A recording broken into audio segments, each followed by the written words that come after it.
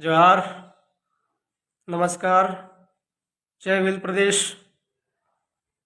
आप सभी तमाम नौजवान साथी, बड़े बुजुर्ग, सज्जन, सब लोग पिछले 2 दिन से मेरा एक ऑडियो वायरल हो रहा है जिसमें लोग ये कह रहे हैं कि कमलेश्वर एक शिक्षक को गाली दे रहा है। तो मैं उसके विषय में आप सभी बुद्धिजीवी, सभी दूरदराज के लोगों के सामने मेरी बात में ये रखना चाहता हूँ कि आपने सुना है एक ऑडियो में जिसमें मेरी आवाज़ भी है, लेकिन मैं साफ साफ कह रहा हूँ और पहले भी कह चुका हूँ मैं, आज टेक्नोलॉजी का ज़माना है। इस तकनीकी के ज़माने में कुछ भी छेड़खानी की जा सकती है आपकी आवाज़ के साथ में, किसी भी तरीके से, मतलब छल कपट करने वाला कर सकता है। मोबाइल से किसी की आवाज़ को चेंज कर दिया जाता है या मोबाइल से किसी की आवाज़ को बीच में मिक्सअप करके भी परोसा जा सकता है लोगों को। मैं साफ साफ कह रहा हूँ कि जो ऑडियो वायरल हो रहा है जिसमें मेरी आवाज़ भी है और जो गाली दे रहा है वो मेरी आवाज़ नहीं है। मेरी आवाज़ के साथ में कंप्यूटर से, मोबाइल के माध्यम से छेड़खानी कर ऑडियो में आवाज़ को एडिट कर गाली दी है।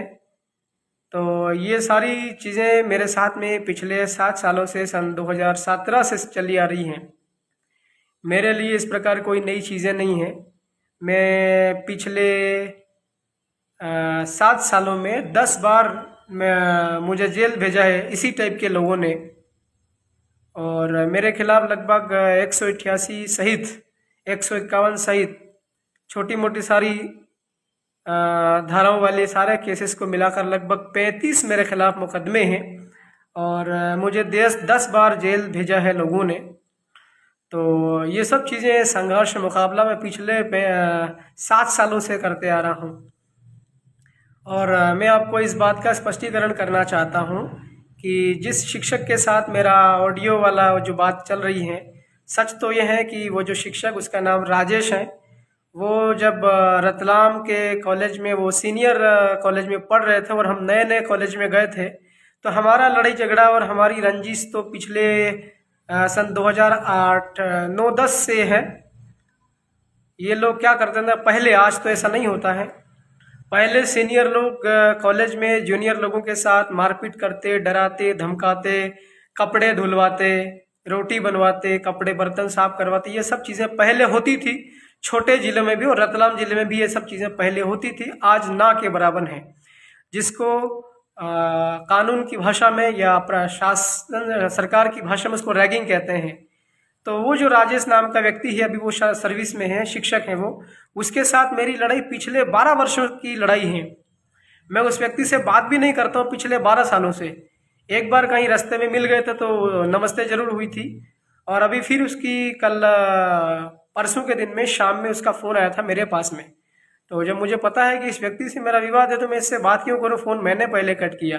फिर उसका दोबारा फिर कॉल आया, किसी और नंबर से लगाकर मेरे से उसने बदतमीजी से बात करी, फिर मैंने मेरे खुद के मोबाइल से लगा दिया, क्योंकि मैं छुपाता नहीं हूँ चीज़ों को, छल कपट नहीं रखता हूँ मन में, जो भी कहना है बिल्कुल साफ साफ है। तो फिर मैंने उसे कहा कि भाई क्यों फ़ोन लगा रहा है। वो मुझे कह रहा कि तू कमलेश्वर राजनीति क्यों करता है और हमारे इलाके में घुमा मत कर। तो मैंने उसको डांट फटकार लगाई और उसको थोड़ा मैंने डराया ज़रूर है। मैंने कहा कि अपनी नौकरी ठीक से कर लो और मुझे ये डराना धमकाना और मुझे ये राजनीति का पाठ पढ़ाना ये बंद करो। खुद तुम सरकार की नौकरी, सरकार में नौकरी करते हैं, जनता का टैक्स के पैसे से तुम्हारे जो है वो तनख्वाह मिलती है, और तुम मुझे सिखा रहे हो। अपना काम, अपनी ड्यूटी ठीक से कर लो। शिक्षक की नौकरी करते हो, रतलाम में रहते हो, 50 किलोमीटर दूर अपनी सर्विस है, तो ईमानदारी से काम करना हो तो जहाँ पर नौकरी करते हो वहीं पर रह लो, किराए पर ले लो, या पर वहीं पर रहने का करो पहले। और टाइम से 10 10:30 बजे जो ड्यूटी का टाइम है, तब जब वहाँ टाइम से नौकरी करने जाओ। और जितने बजे आपको स्कूल बंद करना चाहिए, 4:30 बजे या 5 बजे, तब आप स्कूल बंद करो और बच्चों को बिल्कुल पढ़ाओ। अभी फिर जांच पड़ताल हो जाएगी ना, कितने बच्चे पढ़ते हैं, और बच्चों की फेयर कॉपी वगैरह चेक हो जाएगी। इंग्लिश में क्या पढ़ा है, हिंदी में क्या पढ़ा है, गणित में क्या पढ़ा है, जोड़ घटा गुणा भाग, कबूतर खरगोश, ये वाले अगर बच्चों के इंटरव्यू हो जाएंगे, बच्चों की क्या क्वालिटी चेक कर दी जाएगी, तो फिर आप बिल्कुल नंगे हो जाओगे। तो इसलिए मैंने उसको कहा, राजेश शिक्षक को, कि भाई अपना काम ईमानदारी से करो और मेरे से मत उलझो। तो फिर उसने मुझे गालियां देना चालू करी। उसने लगभग 5 मिनट तक मेरे साथ में माँ बहन की गालियां दी। अब फिर मैंने भी उसको डराना धमकाने का काम किया, तो उसने मेरा रिकॉर्ड कर लिया और उसका रिकॉर्ड नहीं किया। उसने गालियां दी, वो रिकॉर्ड नहीं किया, और मैंने उसको डराया धमकाया, वो उसने रिकॉर्ड किया। वो रिकॉर्ड करने के बाद में फिर उसने मोबाइल से, कंप्यूटर से ऑडियो को एडिट किया, जिसके अंदर में मेरी ही आवाज़ के साथ में किसी और शख्स से गालियाँ वाले शब्द ऐड करवाए हैं। तो सच ये है, और मैं आपको बिल्कुल साफ साफ कह रहा हूँ कि जो ऑडियो मेरे नाम का चल रहा है वो मेरी छवि धूमिल करने का है। मैं संघर्ष करने वाला आदमी हूँ, डरता किसी से भी नहीं हूँ, ना मैं प्रशासन से डरा हूँ, ना सरकार से डरा हूँ। तो इस टाइप के जो सरकार में रह करके सरकारी तनख्वाह पर जो अपना रोजी रोटी चलाते और हमको डराते हैं, तो हम बिल्कुल डरने वाले नहीं हैं। हम तो यहाँ तक कि कर्मचारियों की कभी कोई समस्या होती है, चाहे वो अस्थायी कर्मचारी हो या फिर स्थायी हो, प्रमोशन का मामला हो, आरक्षण का मामला हो, हम लोग आवाज़ बुलंद करते रहते हैं।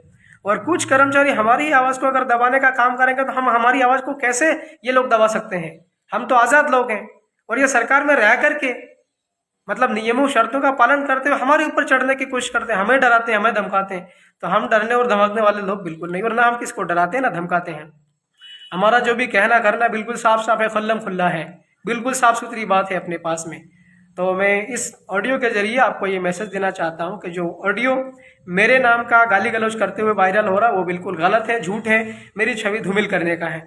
मैं एक अकेला व्यक्ति, मेरे पीछे पूरी दुनिया पड़ी हुई, बीजेपी, कांग्रेस, मेरे साथ में घूमने वाले, छल कपट करने वाले लोग, वो भी पीछे पड़े हुए हैं। भाई मैं गरीब व्यक्ति हूँ, मेरे पास में कोई, ना मेरे पिताजी मुख्यमंत्री थे, ना प्रधानमंत्री थे, ना विधायक थे, ना सांसद थे, ना किसी पंचायत में मेरे पिताजी सरपंच रहे, ना पंच रहे।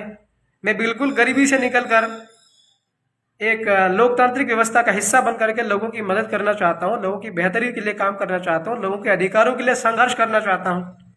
और मेरे पीछे ये लोग सब पड़े, इससे मतलब बिल्कुल साफ साफ है कि बीजेपी, कांग्रेस और मेरे साथ में रहने वाले धोखेबाज लोगों के इशारे पे ये सब चीज़ें हो रही हैं। तो इसी ऑडियो के जरिए सबको सूचना है कि जो भी सरकारी नौकरी करते हैं अपनी नौकरी ठीक से करो, और जो भी जनप्रतिनिधि लोग हैं आपके इलाके में, जो भी आंदोलनकारी नेता हैं आपके, जहाँ आपकी ड्यूटी है वहाँ पर जो भी लोग हैं वहाँ, उन लोगों के साथ तालमेल बनाकर आप काम करो, तालमेल बनाकर ड्यूटी करो। नहीं तो अगर ऐसा नहीं करोगे तो तकलीफें तुम्हारी ही बढ़ेगी। और वो जो शिक्षक था वो बड़ा बदतमीजी के साथ में हमें लगातार, पिछले मैं कह रहा हूँ 12 साल से हमारा विवाद उस व्यक्ति से, कॉलेज की लाइफ से ही है। हम उसके माध्यम से रैगिंग का शिकार हुए हैं, हमने कपड़े धोए हैं ऐसे लोगों के, हमने ऐसे लोगों के खाना बनवाया है, खाना बना के खिलाया है, उनके झूठे बर्तन भी धोए हैं, उनकी लातें भी खाई हैं। तो वो गुस्सा करीब 12 साल पुराना है वो लड़ाई, और उस लड़ाई को लोग अभी सोशल मीडिया पे डाल रहे हैं, फेसबुक, व्हाट्सएप, इंस्टाग्राम, समाचार पत्र वाले तो पूरी 7 साल से मेरे खिलाफ छापते रहते हैं। छापने तो इनसे मेरा कोई फर्क नहीं पड़ता है। तो बहुत बहुत धन्यवाद।